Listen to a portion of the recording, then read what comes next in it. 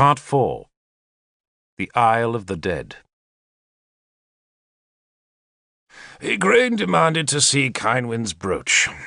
She held it in the window, turning it and gazing at its golden spirals. I could see the desire in her eyes. "You have many that are more beautiful," I told her gently. "But none so full of story," she said, holding the brooch against her breast. "My story, dear Queen," I chided her, "not yours." She smiled. "But what did you write? That if I were as kind as you know me to be, then I would let you keep it?" "Did I write that?" "Because you knew that would make me give it back to you. You are a cunning old man, Brother Derville." She held the brooch out to me, then folded her fingers over the gold before I could take it. "Will it be mine one day?" "No one else's, dear lady, I promise." She still held it. "And you won't let Bishop Sansom take it?" "Never," I said fervently. She dropped it into my hand. "Did you really wear it under your breastplate?" "Always," I said, tucking the brooch safe under my robe. Poor Innis Treebs. She was sitting in her usual place on my windowsill, from where she could stare down Dinarax Valley towards the distant river that was swollen with an early summer rain. Was she imagining Frankish invaders crossing the ford and swarming up the slopes? "What happened to Leonor?" she asked, surprising me with the question. "The harpist. She died." "No, but I thought you said she escaped from Innis Treebs." I nodded. "Well, she did, but she sickened her first winter in Britain and died. Just died." "And what about your women?" "Mine?" "In Innis Treebs. You said that Galahad had Leonor, but that the rest of you all had women too. So who was yours? And what happened to her?" "I don't know." "Oh, Derville. She can't have been nothing." I sighed. "She was a fisherman's daughter. Her name was Pchelsyn, only everyone called her Puss. Her husband had drowned a year before I met her. She had a baby daughter, and when Kiluk led our survivors to the boat, Puss fell off the cliff path. She was holding the baby, you see, and couldn't hold on to the rocks.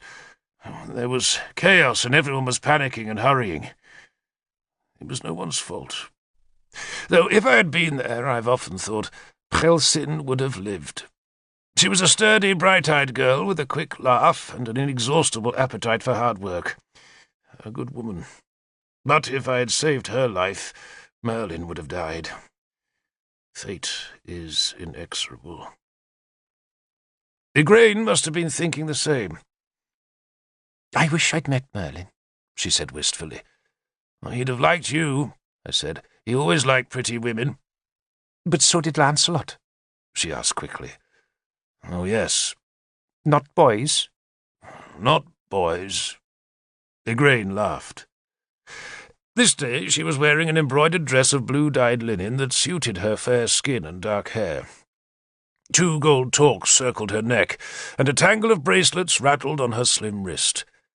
She stank of feces, a fact I was diplomatic enough to ignore, for I realized she must be wearing a pessary of a newborn baby's first motions, an old remedy for a barren woman. Poor Igraine. "You hated Lancelot?" she suddenly accused me. "Utterly." "That isn't fair." She jumped up from the windowsill and paced to and fro in the small room. "People's stories shouldn't be told by their enemies. Supposing Niuerch wrote mine." "Who is Niuerch?" "You don't know her," she said, frowning. "And I guessed Niuerch was her husband's lover." "But it isn't fair," she insisted, "because everyone knows Lancelot was the greatest of Arthur's soldiers. Everyone." "I don't." "But he must have been brave." I stared through the window, trying to be fair, in my mind, trying to find something good to say about my worst enemy. "He could be brave," I said, "but he chose not to be. He fought sometimes, but usually he avoided battle. He was frightened of his face being scarred, you see. He was very vain about his looks. He collected Roman mirrors. The mirrored room in Benwick's palace was Lancelot's room. He could sit there and admire himself on every wall. I don't believe he was as bad as you make him sound, Igraine protested. No, I think he was worse, I said. I do not enjoy writing about Lancelot, for the memory of him lies like a stain on my life. Above everything, I told Igraine, he was dishonest. He told lies out of choice, because he wanted to hide the truth about himself, but he also knew how to make people like him when he wanted. He could charm the fish from the sea, my dear. She sniffed, unhappy at my judgment. Doubtless, when Dafydd ap Gruffydd translates these words, Lancelot will be burnished just as he would have liked. Shining Lancelot, upright Lancelot, handsome, dancing, smiling, witty, elegant Lancelot. He was the king without land, and the lord of lies. But if Igraine has her way, he will shine through the years as the very paragon of kingly warriors. Igraine peered through the window to where Sansom was driving a group of lepers from our gate. The saint was flinging clods of earth at them, screaming at them to go to the devil, and summoning our other brothers to help him. The novice, Tudwal, who daily grows ruder to the rest of us, danced beside his master and cheered him on. Igraine's guards, lolling at the kitchen door as usual, finally appeared and used their spears to rid the monastery of the diseased beggars. Did Sansom really want to sacrifice Arthur? Igraine asked. So Bedwin told me. Igraine gave me a sly look. Does Sansom like boys, Devil? The saint loves everyone, dear Queen, even young women who ask impertinent questions. She smiled dutifully, then grimaced. I'm sure he doesn't like women. Why won't he let any of you marry? Other monks marry, but none here. The pious and beloved Sansom, I explained, believes women distract us from our duty of adoring God. Just like you distract me from my proper work. She laughed, then suddenly remembered an errand and looked serious. There are 2 words Dafydd did not understand in the last batch of skins, Devil. He wants you to explain them. Catamite. Tell him to ask someone else. I shall ask someone else, certainly, she said indignantly. And camel. He says it isn't coal. A camel is a mythical beast, lady, with horns, wings, scales, a forked tail, and flames for breath. Sounds like Niolch, Igraine said. Ah! The gospel writers at work, my 2 evangelists. Sansom, his hands dirty from the earth he had thrown at the lepers, sidled into the room to give this present parchment a dubious look before wrinkling his nose. Do I smell something foul? He asked. I looked sheepish. The beans at breakfast, Lord Bishop, I said. I apologize. I am astonished you can abide his company, Sansom said to Igraine. And shouldn't you be in the chapel, my lady, praying for a baby? Is that not your business here? It's certainly not yours, Igraine said tartly. And if you must know, my Lord Bishop, we were discussing our Saviour's parables. Did you not once preach to us about the camel and the needle's eye? Sansom grunted and looked over my shoulder. And what, foul brother Derval, is the Saxon word for camel? Niwch, I said. Igraine laughed, and Sansom glared at her. My lady finds the words of our blessed Lord amusing. I'm just happy to be here, Igraine said humbly. But I would love to know what a camel is. Everyone knows, Sansom said derisively. A camel is a fish, a great fish.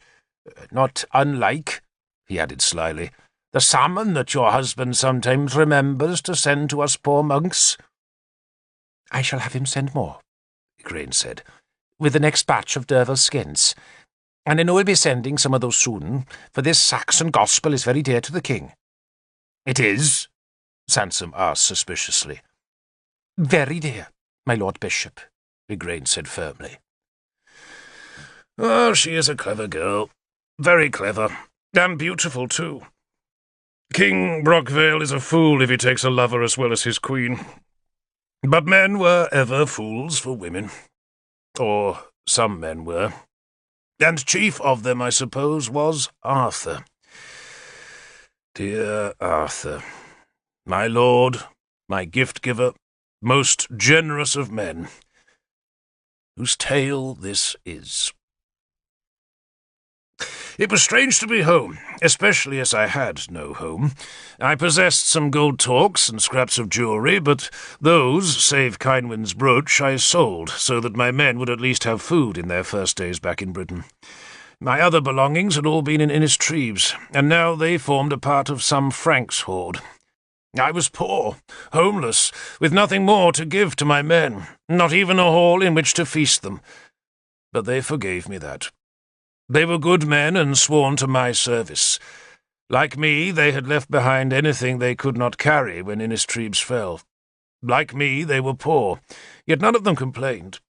Cavan simply said a soldier must take his losses like he takes his plunder, lightly. Issa, a farm boy who was an extraordinary spearman, tried to return a narrow gold torque that I had given him.